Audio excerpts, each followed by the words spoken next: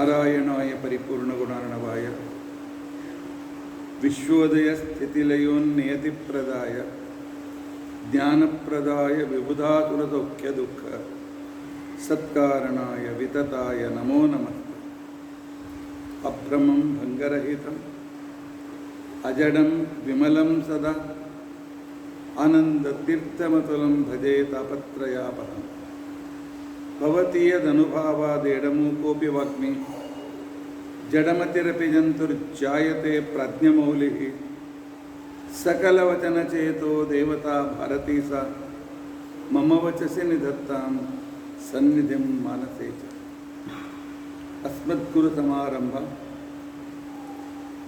टीकाकृत्पादमध्यगं श्रीमदाचार्यपर्यन्तां वन्दे गुरुपरम्परां। विद्यायां विबुधाचार्यं वेदज्ञानाब्धिचन्दिरं दुर्मतध्वान्तमार्ताण्डं सत्यध्यानमुनिं भजे। 50 वर्षपर्यन्तं सततं रामपूजकः श्री सत्यप्रमोदगुरुराट् भासतां नो प्रकम्पते। बन्धुस्त्वं गुरुरिष्टदैवतमिति त्वत्पादपङ्केरुहं प्राप्तं मां परिपालयेति सततं याचे निबद्धाञ्जलिः। चित्तं मद्गुणदोषचिन्तनविदो नूनं मनं मा कृथा। श्री सत्यात्मगुरो त्वदङ्घ्रियुगलं हित्वा न मे सत्यति। यैरहं शुकवत्सम्य शिक्षितोऽस्मि कृपालभे तान् वन्दे धनुपाचार्यान्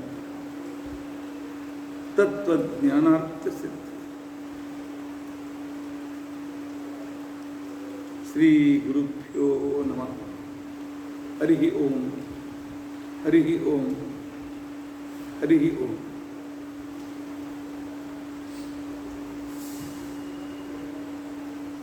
स्वस्तिस्तु अशेषसन्मङ्गलानि सन्तु।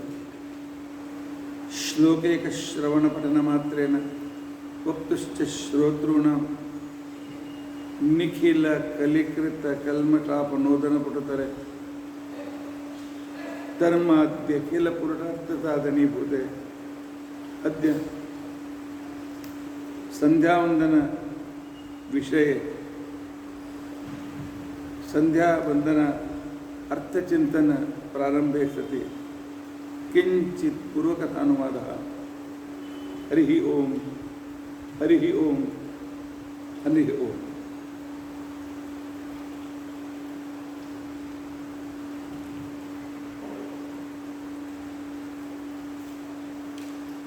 सुजन श्रोता, आजपासून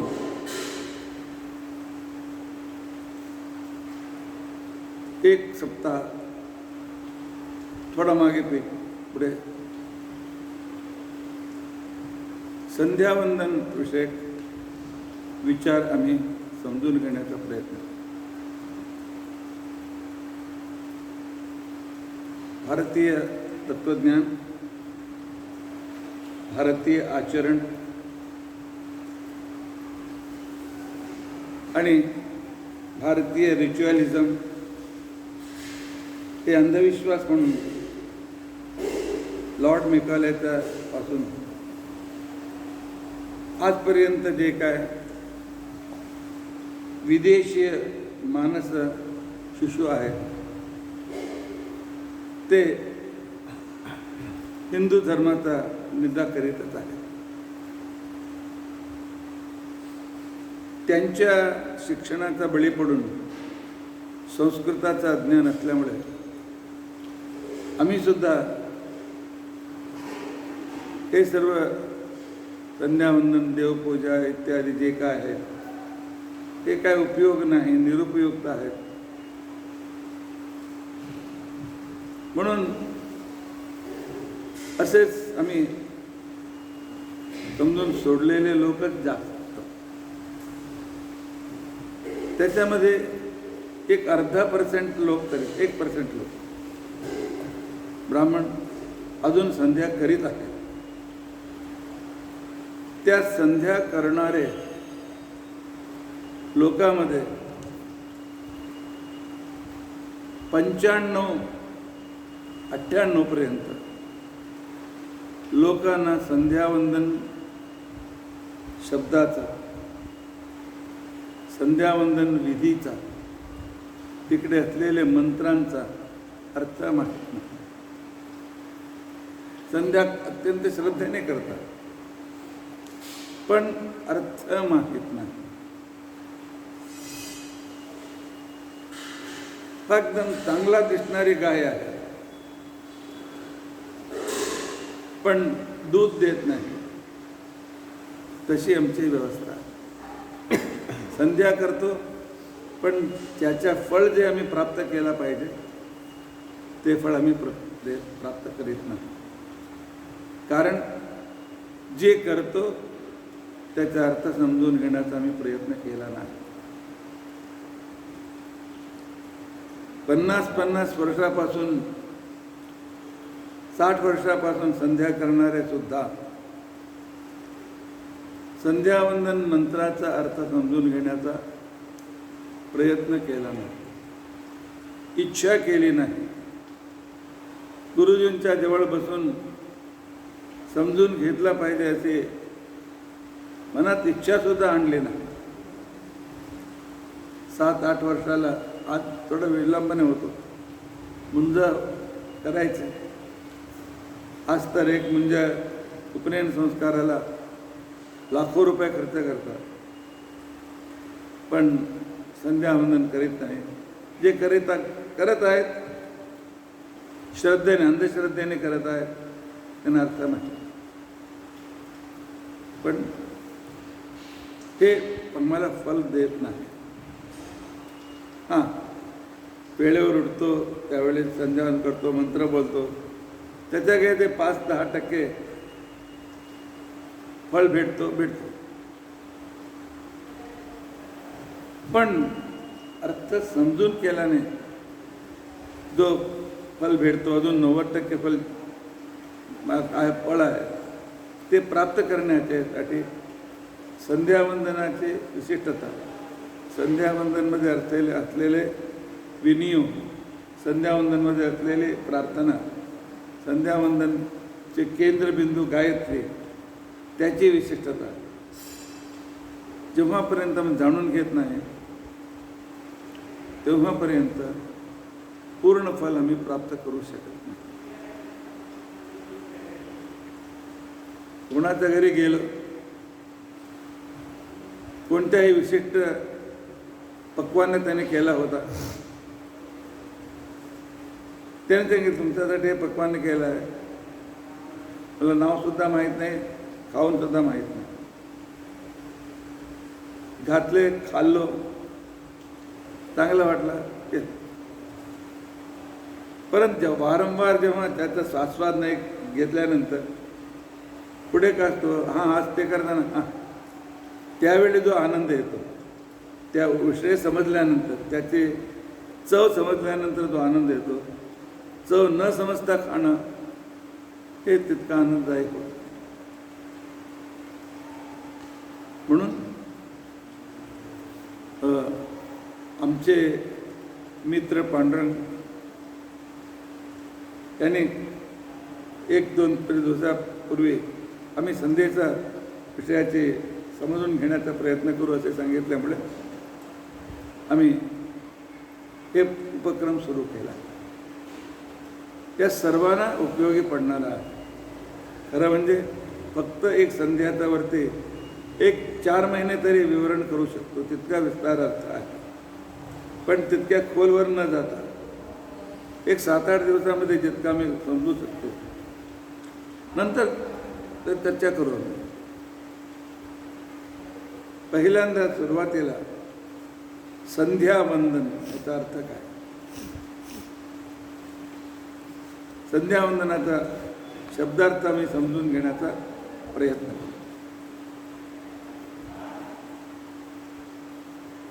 संधी काल,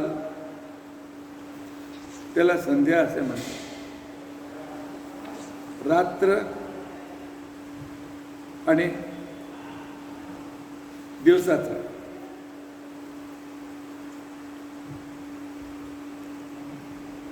जे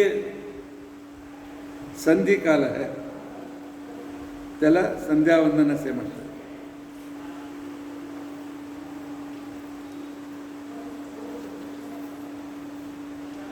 त्याला सम्यक संधिकाले यत् क्रिया क्रियते सा संध्या. रात्री आणि सकाळचा संधिकाल, पूर्वान्न आणि अपराह्नाचा मध्यान्हाचा संधिकाल, दिवस आणि रात्रीचा संधिकाल, या तिन्ही संधिकालात करणारी देवोपासना, केली जाणारी देवोपासनेला संध्या असे म्हणतात. वंदन काय? संध्येच्या वेळी केली जाणारी देवाची वंदना, देववंदना, म्हणून त्याला संध्यावंदन असं नाव येतं. आम्ही कामामध्ये बोलण्यामध्ये सर्व शॉर्टकट करतो म्हणून संध्या करतो असं सांगून पुढे न जातो. पण ते फक्त संध्या करतो नाही, संध्यावंदन करतो हे पूर्ण वाक्य बोलला पाहिजे. आणि दुसरा आहे अर्थ सम्यक ध्यानेन वंदनम संध्यावंदनम.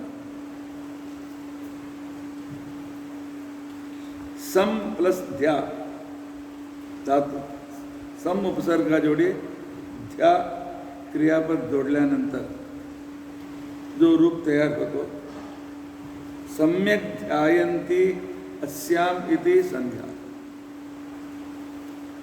या तिन्ही कालामध्ये चांगल्या रीतीने ध्यान जो केला जातो त्याला संध्या असे. संधिकालापासून हे अर्थ अजून विशिष्ट अर्थ दाखवला. संध्या म्हणजे कोणी फक्त एक काम उरकायचं नाही, ध्यान एकदम अत्यंत सम्यक श्रेष्ठ रीतीने योग्य रीतीने ध्यान करण्याची वेळ, ध्यान करण्याची क्रिया, या क्रियेला संध्यावंदन असा नाव येतो. मुक्तावली या ग्रंथात ते सांगितलेले आहे. अत्र कालवाचना संध्या शब्देन तस्मिन् काले उपास्य देवता उपलक्ष्यते ताम उपासीत इत्यर्थ. म्हणून स्मृतिमुक्तावलीमध्ये याच्या विवरण दिली आहे. पण हे अर्थ सुद्धा तो वरवरचा अर्थ झाला, स्थूल अर्थ झाला. संध्या शब्दाचा अर्थ आहे भगवान विष्णू.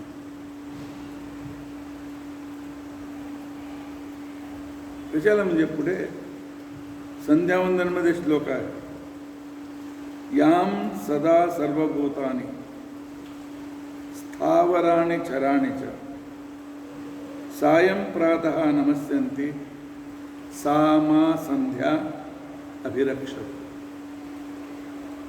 या संध्यावंदनमध्ये हा मंत्र येतो. याम सदा, ज्याला, जी देवतेला सदा सर्वदा सर्व भूताने स्थावर आणि चर, स्थावरांचे अभिमानी देवता, चर प्राणींचे अभिमानी देवता. स्थावर स्तोत्र करू शकत नाही, अर्थात स्थावरांचे अभिमानी देवता आहेत. एक वृक्षाला एक अभिमानी देवता आहे, पर्वताला एक अभिमानी देवता आहे, नदीला एक अभिमानी देवता आहे. असे जे स्थावर प्रकृतीमध्ये आहेत त्याची अभिमानी देवता आणि सर्व प्राण्यांचा अभिमानी देवता. प्रत्येक प्राणीचे व्यवस्था करण्यासाठी जे देवता आहेत ते सर्व देवता सायं प्रातः नमस्यन्ति. सकाळी, मध्यान्ही आणि संध्याकाळी ज्याला नमस्कार करतात सा संध्या, ती संध्या देवता मा अभिरक्षते, माम्मा माझा संरक्षण करतो.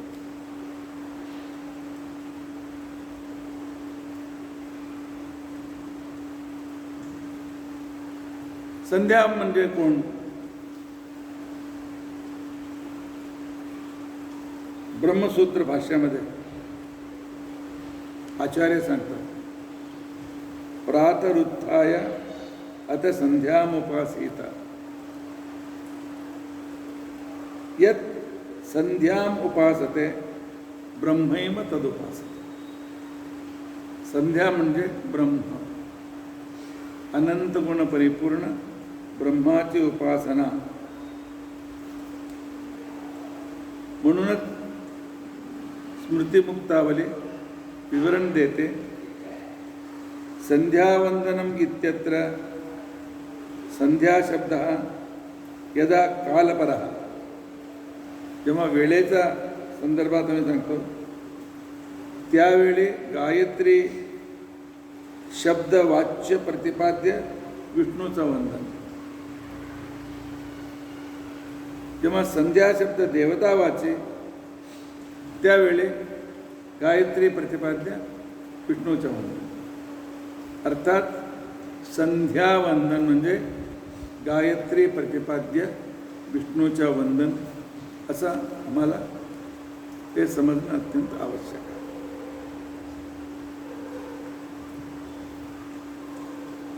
म्हणूनच आम्ही संध्यावंदनमध्ये सूर्याची उपासना करतो, संध्यावंदनामध्ये पूर्णाची प्रार्थना करतो, संध्यावंदनमध्ये गायत्री मंत्र अभिमानी देवता ब्रह्मपत्नीची उपासना करतो. वेगळे वेगळे उपासना, पण हे सर्व उपासना त्या देवतांतर्गत विष्णूचीच उपासना. हे कशा दृष्टीने समजून घेतलं पाहिजे की संध्यावंदनाचा अंती हे श्लोक आहे, सर्वांना माहीत आहे. आकाशात पतितं तोयम यथा गच्छति सागरं सर्वदेव नमस्कारः केशवं प्रतिगच्छति. संध्यावंदनाची वेळी जे काय शब्द विविध देवतांचा, विष्णू, केशवादी चतुर्विंश देवता, त्यानंतर त्या मंत्र प्रतिपाद्य देवतांचा जे काय उपासना आहे ती सर्व उपासना विष्णूची केशवं प्रतिगच्छति, केशवाचीच उपासना आहे. ते सर्व नमस्कार केशवाचीच आहेत.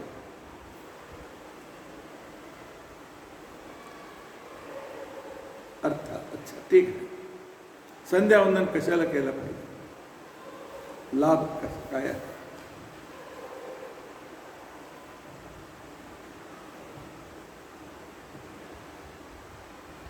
संध्यावंदनाचा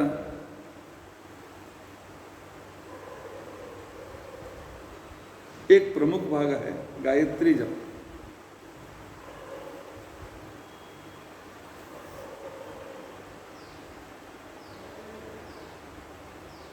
आणि जप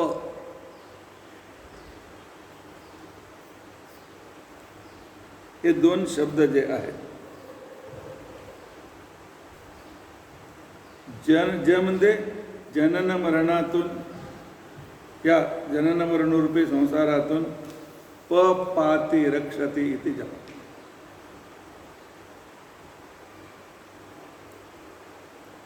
जप करून जे सिद्धी प्राप्त करतात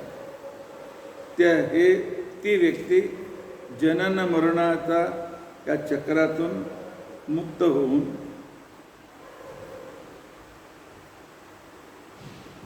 त्याला मुक्त करून पाहती, त्याला संरक्षण करतो. म्हणून जप शब्दाने भगवान विष्णू ची संबोधन होतं. जप करतो म्हणजे जनन मरणातून आमचं संरक्षण करणारा त्या विष्णूची उपासना करतो.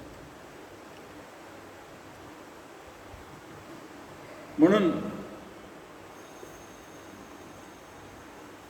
स्मृती सांगते, जपेन तो संसिद्धिम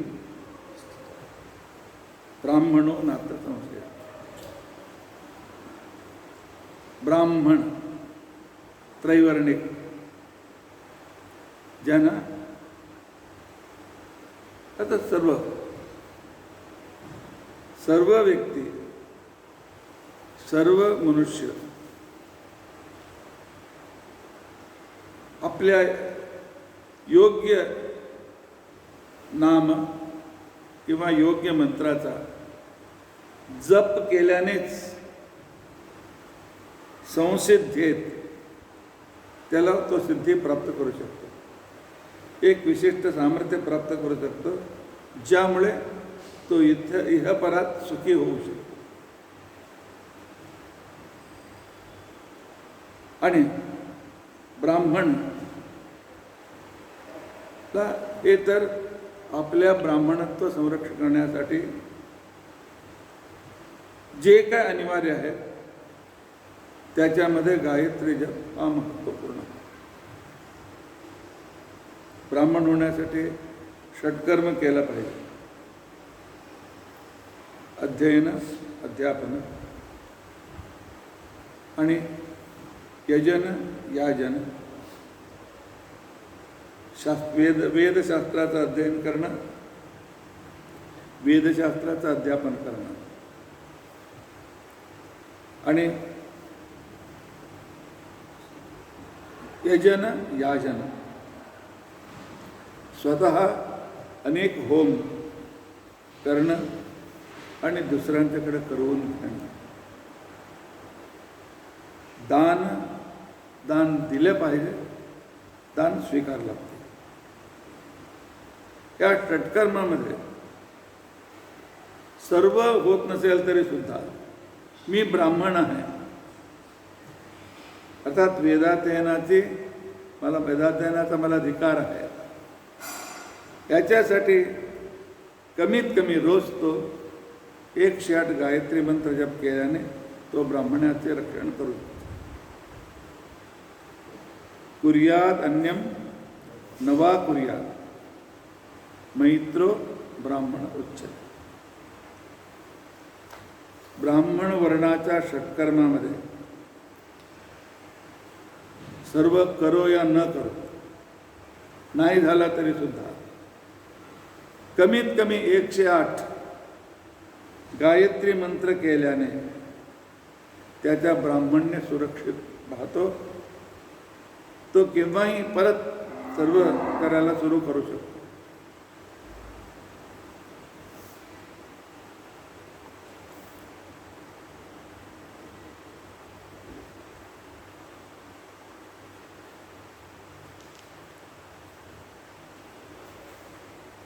ब्राह्मण वर्णात जन्म हा प्रत्येक मनुष्याचा एक प्रमोशन असतो. त्याच्याला म्हणजे तो ब्राह्मणाचे संध्येमुळेच, ब्राह्मण करणारे देवपूजामुळे हा संसार सुरक्षित असतो. सर्व लोकांना अन्न प्राप्त होतं, वेळेवर पाऊस इत्यादी होतात. संध्यादर्पण नावाचा एका ग्रंथामध्ये सांगितलेला आहे, एक वेळची संध्या श्रद्धेने करून कृष्णार्पण म्हणून समर्पण केल्याने 1000 व्यक्तींना अन्न भेटतं. माझी जी संध्या आहे त्या संध्या केल्याने जे पुण्य प्राप्त होतं ते पुण्य देवाला प्राप्त आम्ही समर्पण केल्याने देव त्या पुण्याने 1000 लोकांचा पोट भरतो. त्रिकाल संध्या रोज 3000 लोकांचा पोट भरण्याचा पुण्य आम्हाला भेटतो. पूजा विशिष्ट रीतीने क्रमाने पूजा केल्याने 10,000 लोकांचा पोट भरतो. आज पूजा सोडली 10,000 लोकांना जेवण न घालण्याचा पाप येतो. पूजा केली 10,000 लोकांना जेवण घालण्याचं पुण्य मला प्राप्त. म्हणूनच पूर्वी राजा लोक ग्रामीण व्यक्ती आपल्या गावाचा मध्ये किंवा आड नदी सरोवरच्या काठी तो ब्राह्मणांच्यासाठी घर करून त्यांना राहायला देत होता. त्याला अग्रहार असे म्हणतात. आज सुद्धा तुम्ही कर्नाटकात आंध्र प्रदेशात गेला तर अग्रहार नावाने प्रत्येक गावी तुम्हाला एक जागा भेटतो. अर्थात तिथे समाजाने ब्राह्मणांना तिथे ठेवायचं आणि त्यांना करायचं सकाळपासून संध्याकाळपर्यंत संध्यावंदन, देवर पूजा, नैवेद्य, वैश्वदेव, देवप्रार्थना, वेदमंत्र पठण तुम्ही करत राहा. तुमच्या पोटाची व्यवस्था मी बघतो. राजाकडून त्यांना धान्य, कपडे इत्यादी राहायला जागा सर्व भेटत होतं. म्हणून तो संपूर्ण गाव, तो संपूर्ण राज्य सुभिक्षाने युक्त होत होता. पण नंतर मुसलमान राजा आले, त्यांच्या दडपण नंतर दुसरे आले, म्हणून ते सर्व आता लुप्त झालेलं आहे. म्हणूनच कितीही विज्ञान पुढे आला तरी सुद्धा अजून अतिवृष्टी अनावृष्टीमुळे आम्हाला हानी पत्करावी लागते. याविषयी शास्त्रात एक श्लोक येतो. विप्रो वृक्षो मूलकान्यत्र संध्या वेदशाखाः धर्मकर्माणि पत्रम तस्मान् मूलं यत्नतो रक्षणीयं भिन्ने मूले नैव वृक्षो न शाख. एक ब्राह्मण एका वृक्षासारखा आहे. जसा वृक्ष फलं देऊन आणि ऑक्सिजन देऊन आणि स्वतःचा सावली देऊन लोकांना जो उपकार करतो, लोकोपकारासाठीच देवाने ब्राह्मणाला जन्म दिला आहे. आम्ही ते विसरून आम्ही स्वार्थासाठी पडलेलो तो वेगळा. आणि त्या वृक्षाचे मूळ आहे संध्यावंदन. संध्यावंदन करत असेल तर तो ब्राह्मण लोकोपकारी होतो. वेद त्या वृक्षाची शाखा आहेत, अर्थात वेदाध्ययन. तो ब्राह्मण जो धर्मकर्म करतो ते पत्ते आहेत, त्यामुळेच फुलं फळं प्राप्त होतात. म्हणून प्रत्येक व्यक्तीने संध्या केलीच पाहिजे, ज्यामुळे स्वतःचा आणि समाजाचा संरक्षण होतं. अर्थ संध्या हे फक्त वैयक्तिक नसतो, संध्या ह्या जगाचा संरक्षक रूपाने असते.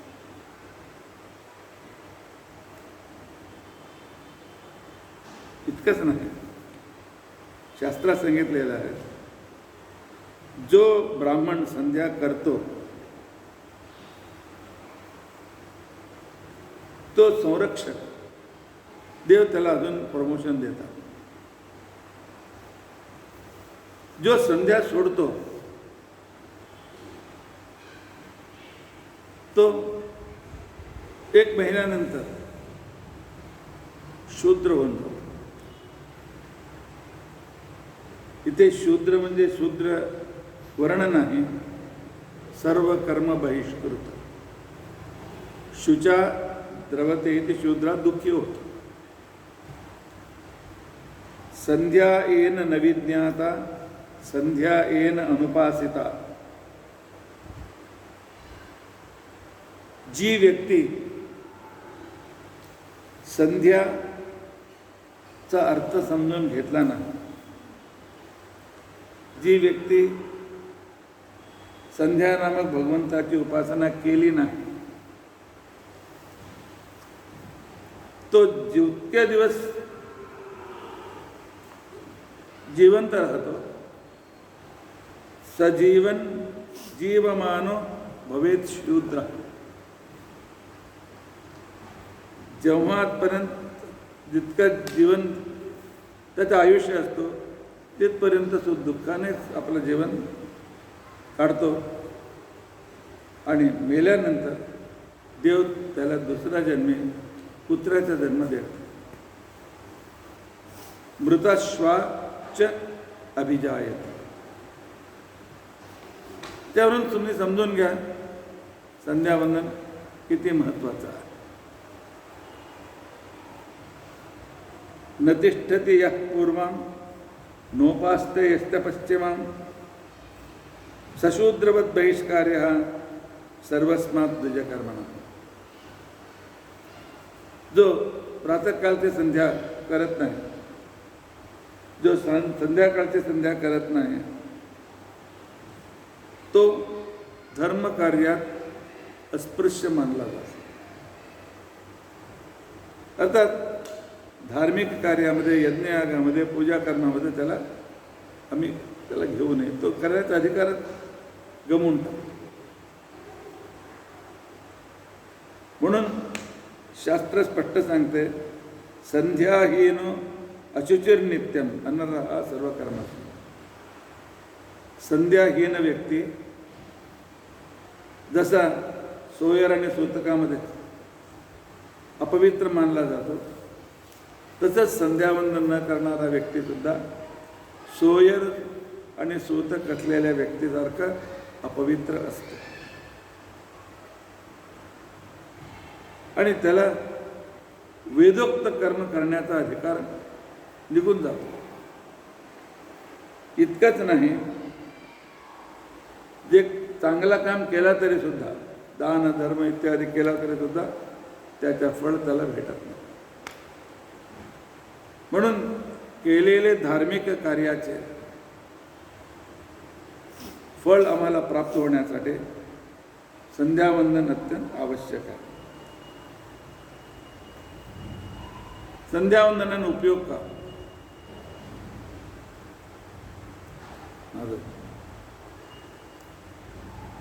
संध्यावंदनाने उपयोग काय? हा देवाने आम्हाला दिलेला एक कामधेनू आणि कल्पवृक्ष आहे. संध्यावंदनाचा प्रातःकाल संध्यावंदनात एक भाग येतो मंत्राचमन. त्या मंत्राचमनामध्ये यदन्नाथ कुरुते पापम कायेन वाचा मनसा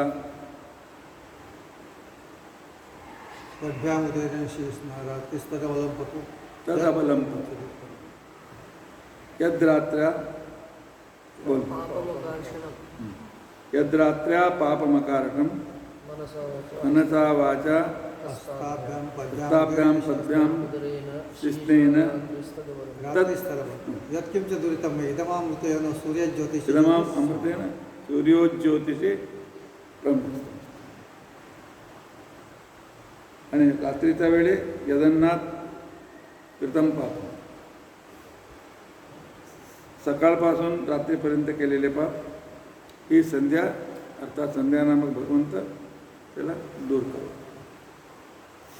रात्री केलेले पाप सकाळच्या संध्यावेळी अर्थात प्रत्येक दिवशी आम्ही सर्व पापापासून मुक्त होऊन पवित्र होऊन भगवंताच्या अनुग्रहाचा पात्र होतो. जिथे पाप तिथे भगवंताचा अनुग्रह नाही, जिथे पुण्य तिथे भगवंताचा अनुग्रह मला प्राप्त होतो. म्हणून प्रत्येक व्यक्ती संध्यावंदन केलेच पाहिजे.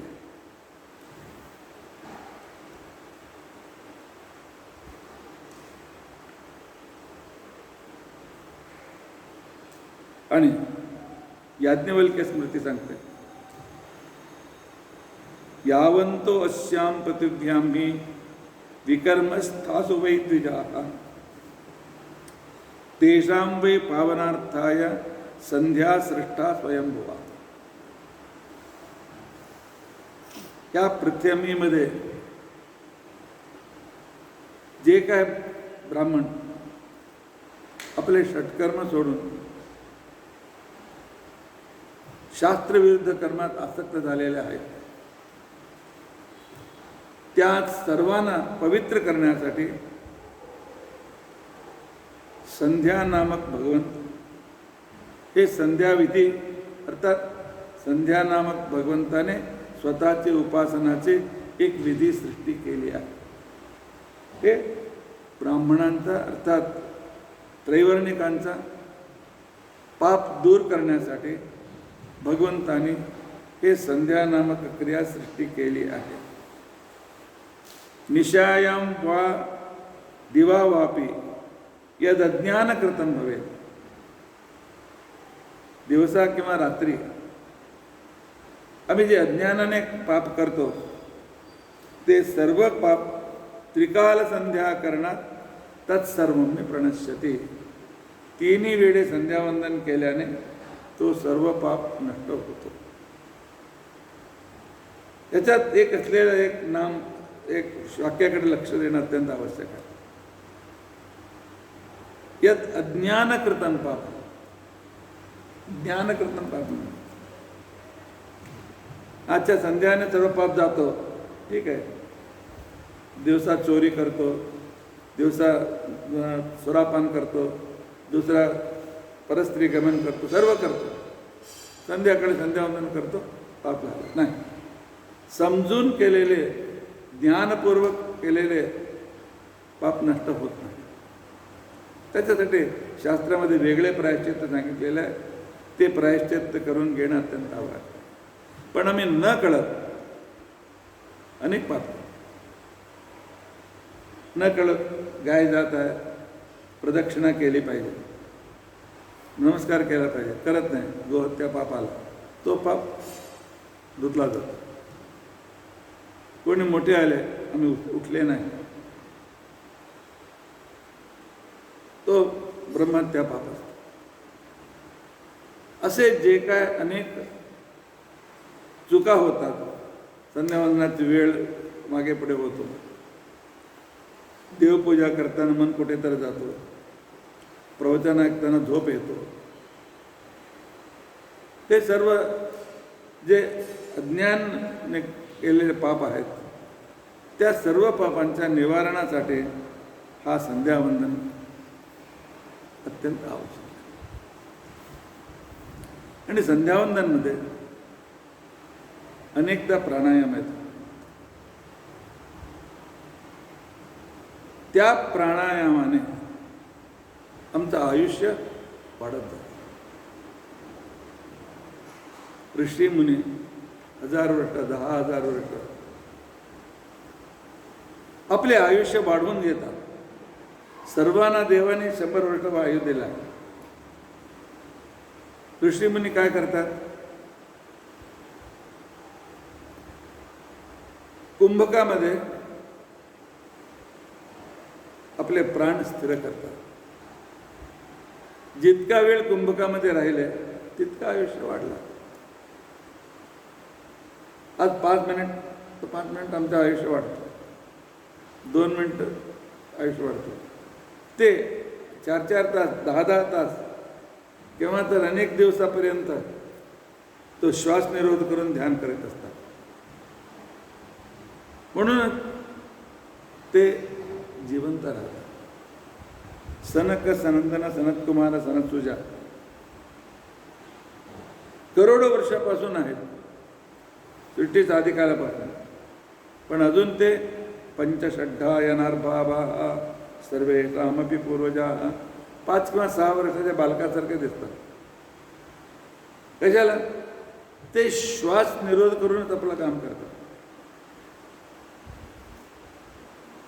तो म्हणून संध्यावंदन हे आयुष्य अभिवृद्धीचा एक प्रमुख साधन आहे. ऋषयः दीर्घ संध्यात्वा दीर्घम आयु अवाप्नुवान अवाप्नुयो. ऋषी व्यक्ती दीर्घकाल श्वास निरोध करून संध्या नामक भगवंताची उपासना करतात, म्हणून ते सर्व दीर्घ आयुष्य प्राप्त केले.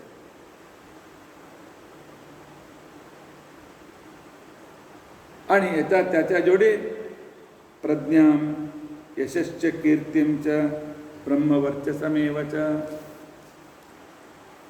त्यांना प्रज्ञा प्राप्त झाली. प्रज्ञा म्हणजे अद्भुत स्मरणशक्ती.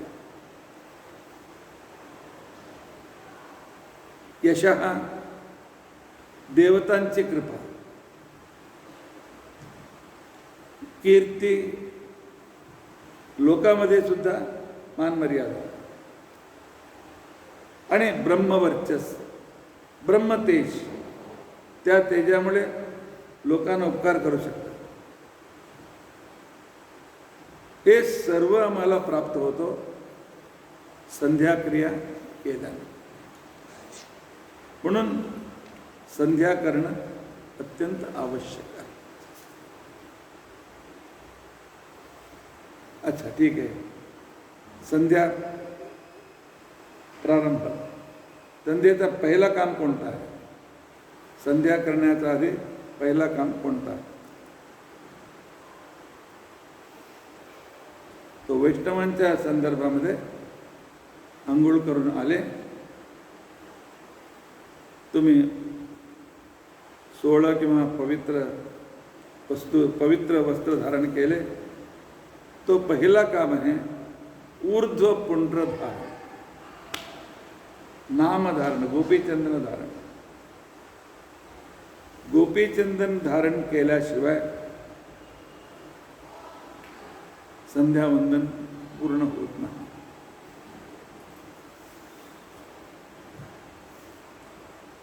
गोपीचंदन अत्यंत आवश्यक आहे. त्याला ऊर्ध्वपुंड्र असं नाव आहे.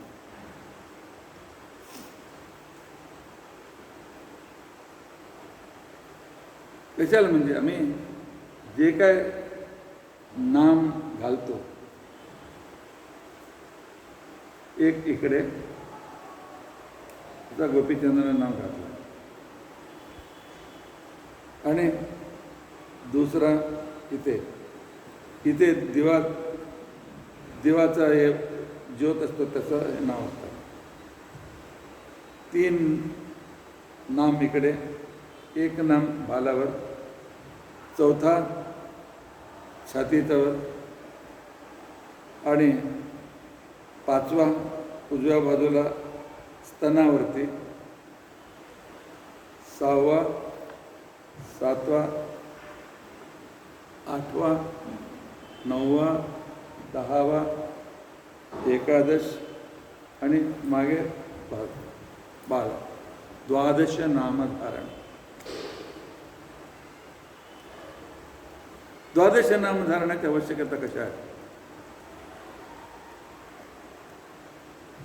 की संध्यासाठी, संध्यावंदनासाठी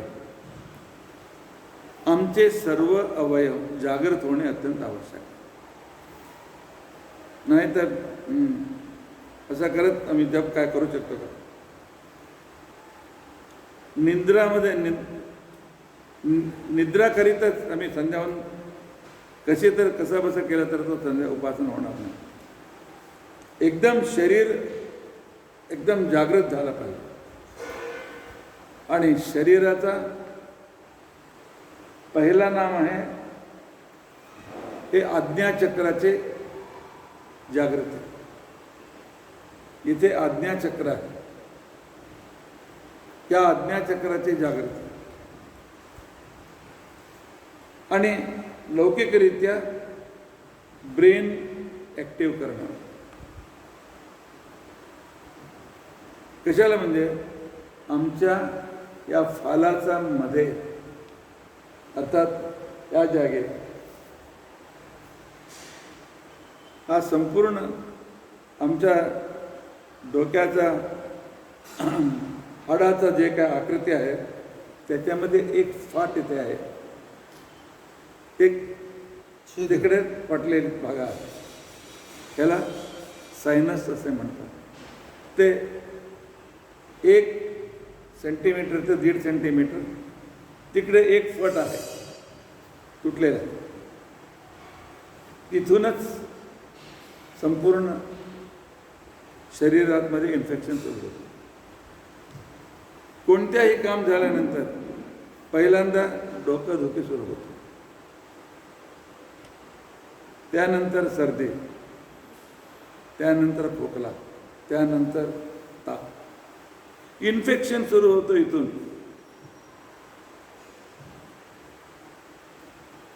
त्याला सायनस असे म्हणतात. 1 किंवा 1.5 सेंटीमीटरचा एक फाट आहे. तिकडा भाग तुटलेला तो अर्थात एक रेख आहे. एक रेख इतका भाग आहे. त्याच्यातून इन्फेक्शन ब्रेनमध्ये जातो आणि सर्व सायनस इत्यादी सर्व सुरू होतात. हा विज्ञानाचा नियम. तिथे अँटीबायोटिक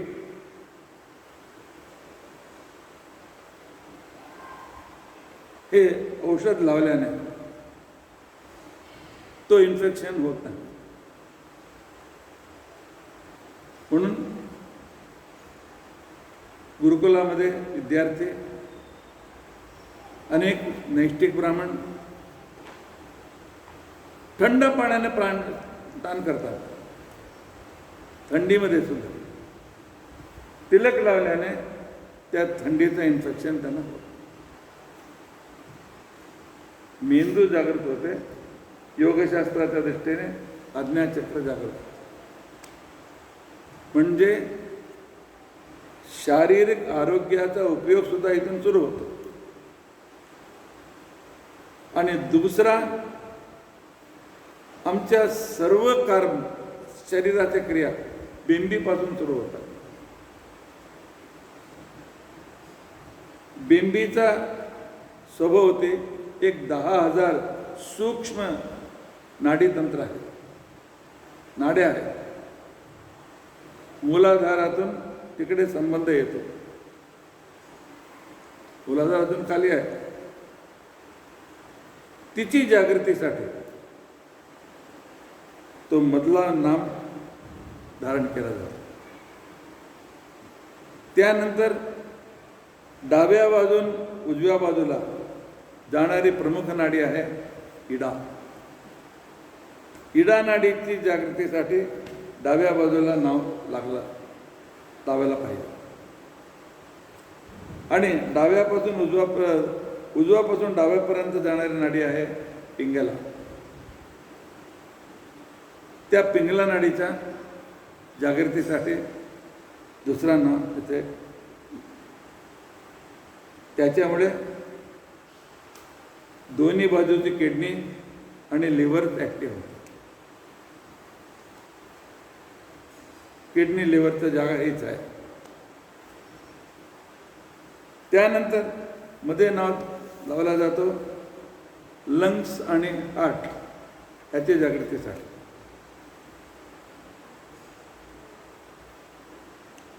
आणि उजव्या बाजूला नाव लावला जातो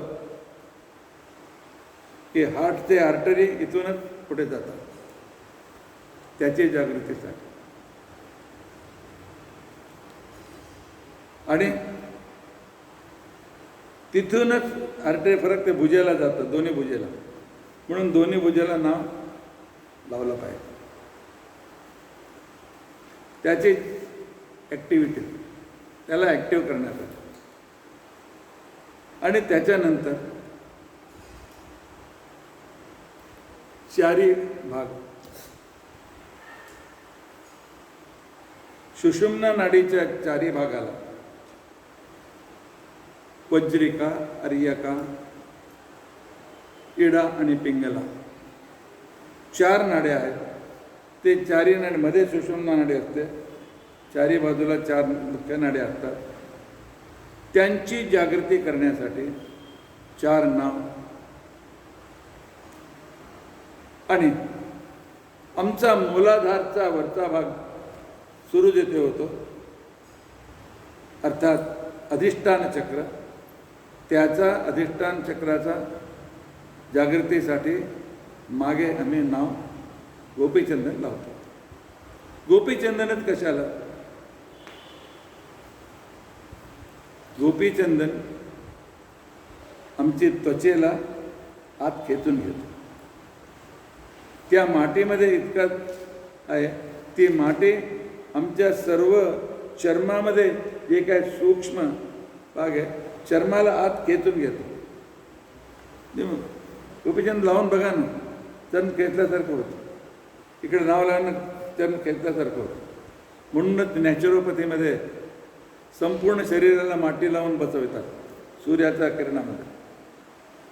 अर्थात संपूर्ण ते चर्माचे तंत्रिका जागृत होण्यासाठी. अर्थात योगदृष्टीने सर्व नाड्यांची जागृती आणि व्यावहारिकदृष्ट्या शरीरात असलेल्या अवयवांची जागृती. अर्थात सर्व हार्ट ॲक्टिव्ह झाला, किडनी ॲक्टिव्ह झाली, फुफ्फुस ॲक्टिव्ह झाला आणि आमचे दुसरे तंत्र लिव्हर ॲक्टिव्ह झाला. सर्व ॲक्टिव्ह झाला म्हणजे मनुष्य जागा झाला. तिथपर्यंत तो पूर्ण जागा झाला, जागृत झाला, आम्ही हे सांगू शकतो. तो म्हणून 12 नावाने तिथे सुद्धा भगवंताचं नाव स्मरण करा. केशवाय नमः, केशवाय नमः, नारायणाय नमः, माधवाय नमः, गोविंदाय नमः. शुक्ल पक्षामध्ये केशव ते दामोदरपर्यंत, कृष्ण पक्षामध्ये संकर्षणापासून कृष्णापर्यंत 12 नामाने 12 ऊर्ध्वपुंड्र गोपीचंदन नाव धारण करणं अत्यंत आवश्यक आहे. वैष्णव लोक करतातच आणि द्वारकरी गोपीचंदन लावतात, तुम्हाला सर्वांना माहीतच आहे. त्याचा उद्देश आहे ह्या शरीराची जागृती. आणि त्याच्याऐवजी 13वा सुद्धा असा आहे, इकडे सुद्धा एक नाव लावलं पाहिजे. शिरसी त्रयोदश मथो मूर्धनी धारयेत ऊर्ध्वपुंड्रकम. वृद्धहारित स्मृतीमध्ये हे सांगितलेलं आहे.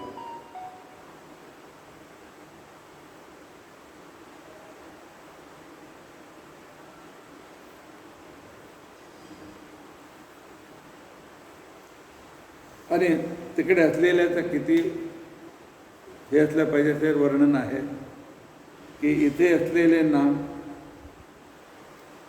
दिव्याचा जे काय वरती असा रोंड असा येतो त्या दिव्याचे ज्योतीचे सारखे इकडचे नाव असले पाहिजे.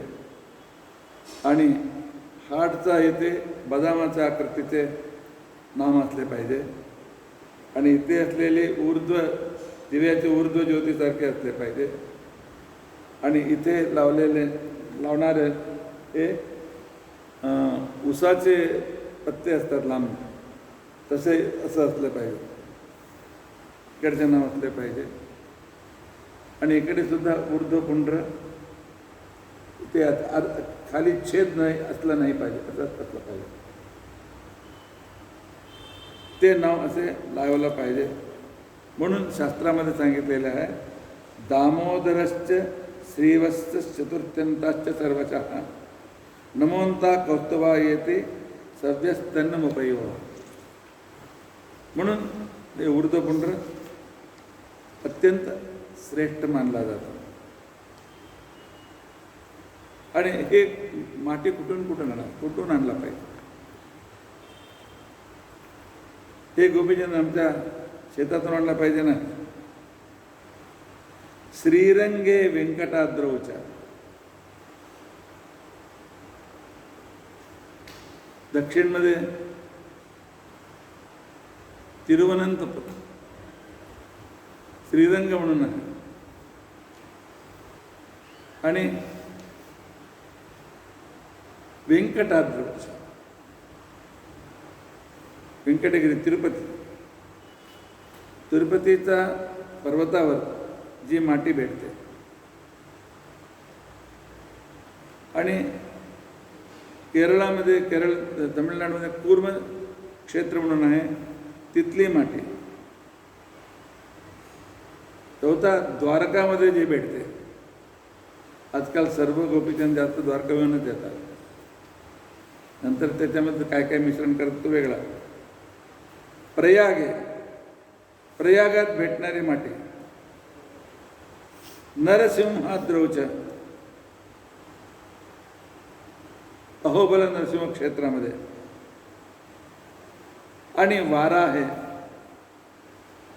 वराह क्षेत्रात जे काय माती भेटते ती माती गोपीचंदन म्हणून मुख्यतः द्वारकातून येणारी ते पिवळी माती जी आहे, पिवळी आणि थोडा सगळ्या मिश्रित गोपीचंदन तीच लावली पाहिजे.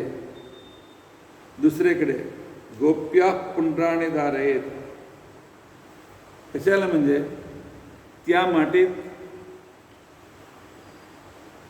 श्रीकृष्णाने लावलेले गंधाचा मिश्रण असल्यामुळे श्रीकृष्ण गोपिकांच्या जोडी जेव्हा जलक्रीडा करीत असतो तो लावलेले सर्व गंध पाणीत विरघळून त्या पाण्यात मिश्रित झालेले आहे. म्हणून ती माती अजून पिवळीच भेटते. म्हणून त्याला गोपीचंदन म्हणून स्वीकारला पाहिजे.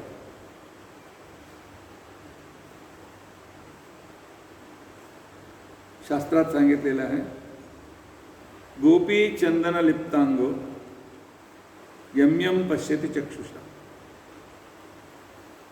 गोपीचंदन लावल्याने त्याच्या शरीरात एक तऱ्हाचे व्हायब्रेशन सुरू होते, अद्भुत तेज सुरू होते. त्याच्या शरीरातून डोळ्यातून त्याचे तेज अभिव्यक्त होत असतो. गोपीचंदन लावणारा जो व्यक्ती ज्या व्यक्तीला बघतो तम शुद्धम विजानीयात नात्रकार्या विचारणा, तो ज्याला बघतो तो व्यक्ती शुद्ध होतो. अर्थात त्याचे तेजाचा लाभ समोर येणाऱ्या व्यक्तीला प्राप्त होतो.